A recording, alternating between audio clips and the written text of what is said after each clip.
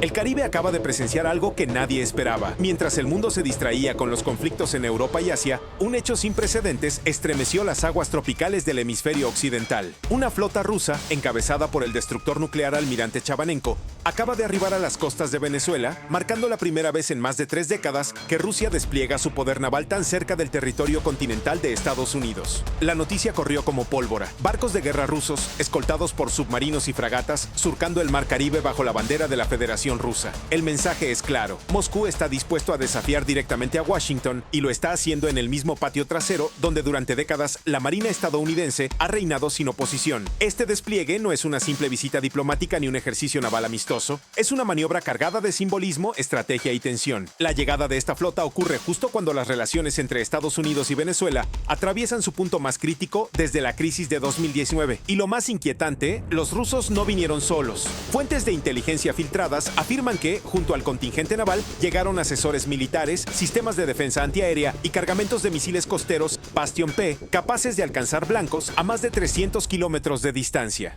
El mensaje que envía Vladimir Putin es inequívoco. Si ustedes rodean a Rusia con bases y sanciones, nosotros también podemos mover el tablero. Y así, el tablero geopolítico de América Latina acaba de ser sacudido. Lo que estás a punto de descubrir podría cambiar la forma en que entendemos la influencia militar en el continente americano. Para entender el significado de esta jugada rusa, hay que remontarse al pasado. En plena Guerra Fría, los mares del Caribe fueron escenario de uno de los episodios más tensos de la historia: la crisis de los misiles de Cuba en 1962. Aquel enfrentamiento llevó al mundo al borde de la aniquilación nuclear. Desde entonces, Estados Unidos nunca volvió a permitir una presencia militar rusa significativa tan cerca de su territorio. Hasta ahora, el retorno de buques rusos a Venezuela es más que una provocación. Es un recordatorio de que los equilibrios de poder global están cambiando. El Kremlin lleva años consolidando alianzas con gobiernos que desafían a Washington, y Venezuela es su socio más fiel en América Latina. Durante años, la cooperación entre Moscú y Caracas se limitó a la venta de armas, entrenamiento y apoyo diplomático. Pero esta vez es distinto. Esta vez Rusia no solo vende armas, las trae consigo. El arribo que paralizó el Caribe. El 4 de junio de 2025, radares de la Marina estadounidense detectaron la entrada en el Mar Caribe de un grupo naval que había zarpado desde la base de Severomorsk en el norte de Rusia casi un mes antes. La flota estaba compuesta por el crucero de misiles Mariscal Ustinov, el destructor antisubmarino Vicealmirante Kulakov, un buque de apoyo logístico, y el ya mencionado Almirante Chabanenko, una de las joyas más temidas de la Armada rusa. En cuestión de horas, imágenes satelitales confirmaron lo que muchos analistas consideraban imposible. La flota había anclado frente a Puerto Cabello, la base naval más grande de Venezuela. Los medios locales mostraron a las tripulaciones rusas saludando desde cubierta, mientras militares venezolanos los recibían con honores. El gobierno de Nicolás Maduro lo calificó como una visita amistosa destinada a fortalecer la cooperación bilateral, pero en Washington nadie se lo creyó. El Pentágono convocó una reunión de emergencia. El Comando Sur emitió una alerta operativa y varios buques estadounidenses en el Atlántico comenzaron a desplazarse hacia el Caribe. En cuestión de horas, el ambiente pasó de la curiosidad al pánico controlado. Oficialmente, los buques rusos llegaron para realizar ejercicios conjuntos con la Armada venezolana.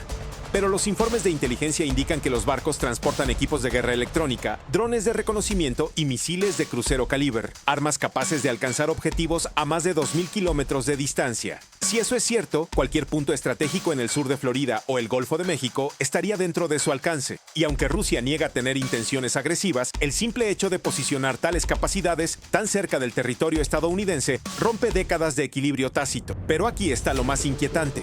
Fuentes internas aseguran que un submarino nuclear de ataque de la clase Yasen podría haber acompañado discretamente al grupo naval, navegando sumergido en el Atlántico. De ser así, significaría que por primera vez en la historia moderna, un submarino ruso con misiles nucleares habría llegado tan cerca de la zona de influencia directa de Estados Unidos. El papel de Venezuela. Para Venezuela, este movimiento es tanto una oportunidad como una apuesta peligrosa. Tras años de sanciones y aislamiento internacional, el régimen de Maduro ve en esta alianza una forma de mostrar fuerza, proyectar independencia y, sobre todo, enviar un mensaje. Venezuela ya no está sola. El ministro de Defensa venezolano declaró en cadena nacional que la cooperación con Rusia garantiza la defensa de la soberanía y la paz regional. Pero detrás del discurso patriótico se esconde una verdad incómoda. El país sudamericano se está convirtiendo en la plataforma militar de Moscú en el hemisferio occidental. En paralelo, se ha reportado la llegada de asesores rusos a las bases de la Orchila y Fuerte Tiuna, así como la instalación de nuevos radares de largo alcance. Las imágenes filtradas muestran contenedores similares a los que Rusia utiliza para transportar componentes del sistema antiaéreo S-400 Triumph, uno de los más potentes del mundo. Washington sabe perfectamente lo que eso significa. La presencia de tales sistemas alteraría completamente el equilibrio militar regional, dificultando cualquier intento de vigilancia o intervención aérea estadounidense. El silencio de Washington. Lo más desconcertante ha sido la reacción de Estados Unidos. Silencio total. Ni la Casa Blanca ni el Departamento de Defensa han emitido declaraciones contundentes. Fuentes del Pentágono admiten que se encuentran en una fase de evaluación estratégica, conscientes de que cualquier movimiento precipitado podría escalar el conflicto a niveles peligrosos. Mientras tanto, buques de la Marina estadounidense han intensificado su presencia en el Caribe Oriental, patrullando discretamente las aguas cercanas a Puerto Rico y Curazao. El portaaviones USS George H.W. Bush fue visto navegando hacia el sur, acompañado por destructores de la clase Arleigh Burke, en lo que parece ser una respuesta disuasoria sin confrontación directa. Pero los analistas militares advierten, si Rusia mantiene su flota en la región por más de unas pocas semanas, Estados Unidos podría verse obligado a responder de manera visible, reactivando ejercicios militares conjuntos con aliados como Colombia o Panamá. El clima recuerda peligrosamente a los días más tensos de la Guerra Fría. Y antes de seguir con la jugada secreta que Moscú está planeando detrás de esta presencia naval, suscríbete al canal para no perderte lo que viene, porque lo que está a punto de revelarse cambiará para siempre la manera en que entendemos el poder naval moderno. La jugada maestra de Putin. Lo que parece una simple visita militar es, en realidad, una maniobra geoestratégica meticulosamente calculada. Desde hace años, Putin ha buscado puntos de apoyo fuera de Eurasia para contrarrestar el cerco que percibe de la OTAN, y Venezuela, con su posición privilegiada y su dependencia del apoyo ruso, es el escenario perfecto. La instalación temporal de una base naval rusa en el Caribe le permite a Moscú proyectar poder, probar la respuesta estadounidense y enviar un mensaje directo a sus rivales europeos. Rusia puede golpear lejos de casa. Algunos expertos aseguran que el verdadero objetivo de esta operación es probar la capacidad logística de Moscú para sostener operaciones en el hemisferio occidental. La distancia entre Severomorsk y Puerto Cabello supera los 8.000 kilómetros, y mantener una flota operando tan lejos requiere coordinación, reabastecimiento y tecnología de alto nivel. En otras palabras, Rusia está demostrando que, pese a las sanciones, sigue teniendo alcance global. Pero hay más. Documentos filtrados al medio ruso Izvestia indican que el Ministerio de Defensa ruso planea convertir la base venezolana de Puerto Cabello en un punto logístico permanente, con capacidad para reabastecer submarinos y buques de guerra. Si eso ocurre, Estados Unidos enfrentará una situación inédita.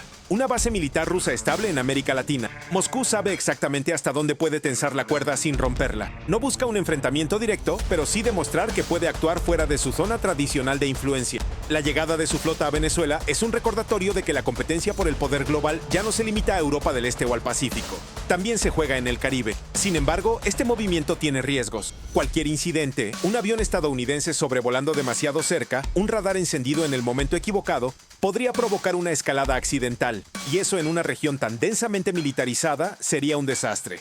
Pero Putin no actúa solo por estrategia, también lo hace por simbolismo. La presencia de sus buques en Venezuela es una forma de mostrar al pueblo ruso que Moscú sigue siendo una superpotencia, capaz de plantarse frente a Washington sin miedo. Aunque la Casa Blanca no ha hablado públicamente, el Pentágono ya está moviendo sus fichas. Se ha informado que el Comando Sur de Estados Unidos ha comenzado ejercicios conjuntos con fuerzas aliadas en el Caribe y América Central, simulando escenarios de defensa costera y bloqueo marítimo. Además, aviones de patrulla P-8 Poseidon han incrementado sus vuelos de reconocimiento en la región. Fuentes cercanas al Congreso aseguran que se está debatiendo la imposición de nuevas sanciones coordinadas contra funcionarios venezolanos y empresas rusas implicadas en el despliegue. Washington no quiere caer en provocaciones, pero tampoco puede quedarse de brazos cruzados mientras Rusia instala su influencia tan cerca de sus costas. Y mientras la tensión crece, los ojos del mundo vuelven a mirar al Caribe, ese mar que hace más de medio siglo estuvo al borde del apocalipsis nuclear, y que hoy vuelve a convertirse en el epicentro del juego de poder más peligroso del planeta. Mientras las cámaras mostraban a marinos rusos ondeando banderas desde la cubierta del mariscal Ustinov, la Casa Blanca permanecía en silencio. Pero detrás de las puertas del Pentágono, el movimiento era frenético. El presidente convocó una sesión urgente del Consejo de Seguridad Nacional, y lo que ahí se discutió no fue un simple incidente naval, era una advertencia. El almirante Christopher Grady, vicepresidente del Estado Mayor Conjunto, lo dijo sin rodeos. No se trata de un ejercicio diplomático. Esto es Rusia probando nuestra línea roja. Y tenía razón, porque los rusos no solo habían llegado, se estaban quedando. Informes satelitales confirmaron que ingenieros militares venezolanos y técnicos rusos trabajaban en la costa norte, instalando lo que parecían nuevos sistemas de radar y comunicaciones cifradas. Nadie lo admitía públicamente, pero era evidente que algo más grande se estaba cocinando. En los días siguientes, aviones de patrulla marítima P-8 Poseidon comenzaron a volar rutinariamente sobre las aguas cercanas a la flota rusa. Eran vuelos de reconocimiento legales en aguas internacionales, pero lo suficientemente cerca como para enviar un mensaje claro. Sabemos que están aquí y los estamos observando. La respuesta rusa fue inmediata. Un par de cazas Su-30 Mk-2 venezolanos, escoltados por un avión de alerta temprana A-50 ruso, interceptaron a los Poseidon, obligándolos a cambiar de rumbo. El incidente duró menos de 5 minutos, pero bastó para reavivar los recuerdos de la Guerra Fría. Mientras tanto, en Washington se activó el Comando Sur de Estados Unidos con base en Miami. Buques estadounidenses de la clase Arleigh Burke comenzaron a patrullar las aguas entre Puerto Rico y Curazao, y el portaaviones USS George H.W. Bush fue desplegado hacia el Caribe Central. El mensaje era inequívoco: Estados Unidos no cederá ni un metro de influencia. Pero lo más interesante no estaba ocurriendo sobre el mar, sino en los despachos. Altos funcionarios del Departamento de Estado comenzaron a contactar discretamente a sus aliados latinoamericanos. Colombia, Brasil y Panamá fueron los primeros en recibir llamadas directas desde Washington. La instrucción era clara: vigilen todo movimiento ruso y prepárense para maniobras conjuntas. Latinoamérica en el tablero global. De la noche a la mañana, el Caribe volvió a ser una región de tensión internacional. Los titulares lo decían todo.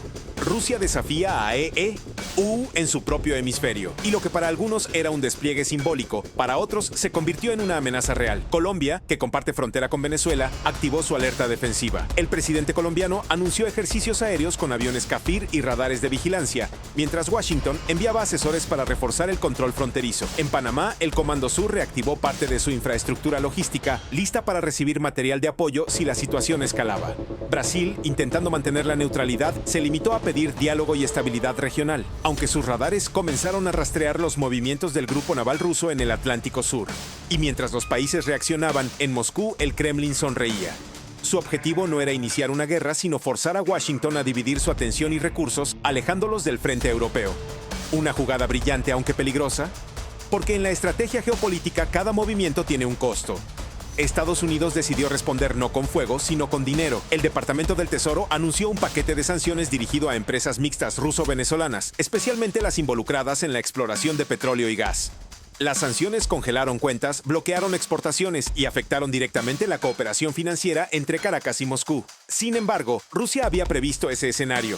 El Banco Central ruso y el venezolano habían creado un sistema de pagos bilateral en rublos y bolívares, evitando el uso del dólar y esquivando el sistema financiero internacional. Era una medida que desafiaba abiertamente la hegemonía económica estadounidense. El mensaje se volvió aún más provocador cuando el ministro de Defensa ruso, Sergei Shoigu, declaró públicamente que la flota permanecerá en el Caribe el tiempo que sea necesario para garantizar la paz regional. Una frase cuidadosamente construida para parecer diplomática, pero cargada de ironía. Washington lo entendió perfectamente. Rusia no se iría pronto. Mientras las tensiones aumentaban, los medios rusos y venezolanos comenzaron a difundir imágenes cuidadosamente seleccionadas. Marinos saludando a niños, ejercicios de rescate, maniobras de abastecimiento en alta mar. El mensaje era claro: no somos una amenaza, somos aliados. Pero en el fondo, cada movimiento, cada fotografía, cada discurso estaba calculado. Putin no buscaba la guerra, buscaba el espectáculo. Sabía que cada día que sus barcos permanecían en el Caribe, la imagen de un Estados Unidos vulnerable crecía en los noticieros del mundo.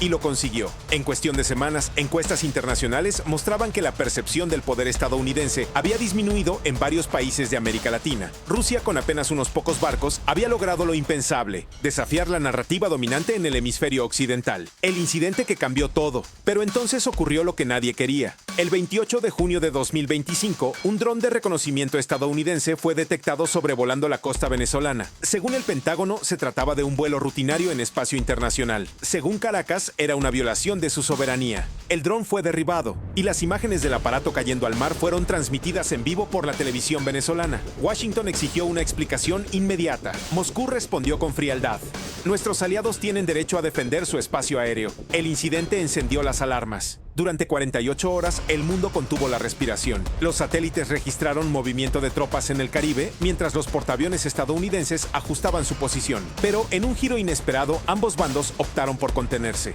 Porque una cosa era mostrar poder y otra muy distinta, desencadenar una guerra. Fuentes diplomáticas confirmaron que, tras el derribo, altos funcionarios estadounidenses y rusos se reunieron secretamente en Ginebra. La reunión, mediada por representantes de Turquía, buscaba reducir tensiones y establecer canales de comunicación directa para evitar incidentes. Según filtraciones, Estados Unidos exigió que la flota rusa se retirara del Caribe en un plazo de 30 días.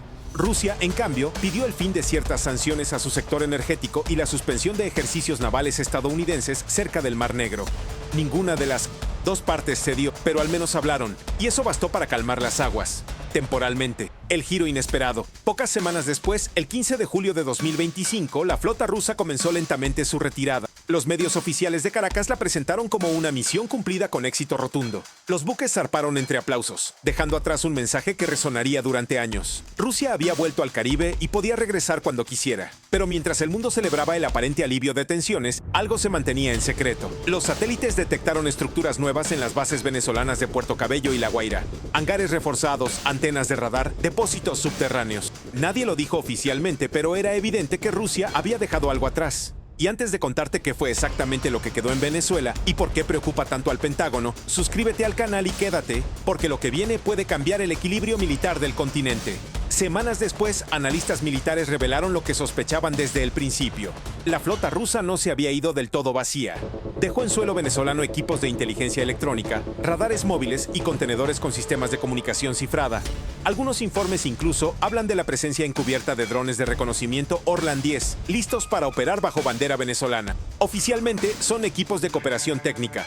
En la práctica, representan un punto de apoyo estratégico ruso en la región. Con esos sistemas, Moscú puede monitorear el tráfico marítimo del Caribe, interceptar comunicaciones y recopilar información sobre las rutas aéreas y navales estadounidenses.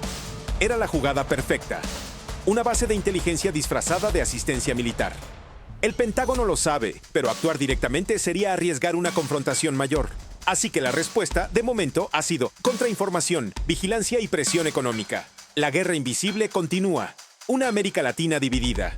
El episodio dejó secuelas políticas profundas. Algunos gobiernos de la región comenzaron a simpatizar más abiertamente con Moscú, viéndolo como un contrapeso al dominio de Washington.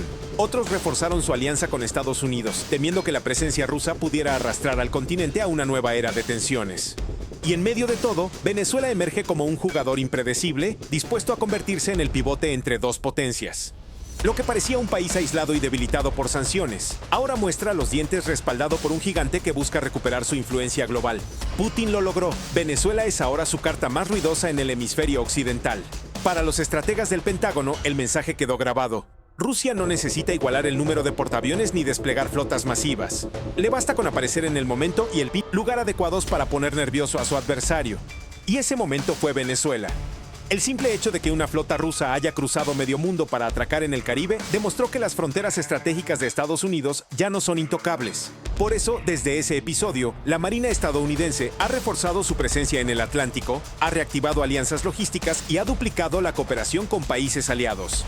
El mensaje es claro: el hemisferio occidental sigue siendo prioridad absoluta. Conclusión. El poderío naval ruso llegó, agitó las aguas y se marchó. Pero las olas siguen golpeando. Venezuela se ha convertido en el nuevo punto de fricción entre las potencias y lo que comenzó como una visita amistosa terminó redefiniendo las reglas del juego. Para Rusia fue una victoria simbólica. Para Estados Unidos, una advertencia. Y para América Latina, un recordatorio de que los vientos de la historia pueden cambiar de dirección en cualquier momento. La flota se fue, sí, pero el eco de su paso aún resuena. El Caribe nunca volverá a ser el mismo. Y si algo ha quedado claro es que la competencia por el dominio del siglo XXI no se libra solo en Europa o el Pacífico, sino también en las cálidas aguas del hemisferio americano. Suscríbete al canal si te ha gustado el video porque esto apenas comienza. Nuevas maniobras, nuevas alianzas y un mundo donde las líneas entre la diplomacia y la provocación son cada vez más delgadas. Y ahora te dejo una pregunta. ¿Crees que Rusia volverá al Caribe? ¿O que Estados Unidos tomará medidas para impedirlo la próxima vez? Nos vemos en el siguiente video y recuerda, en la geopolítica moderna el poder no solo se muestra, se despliega.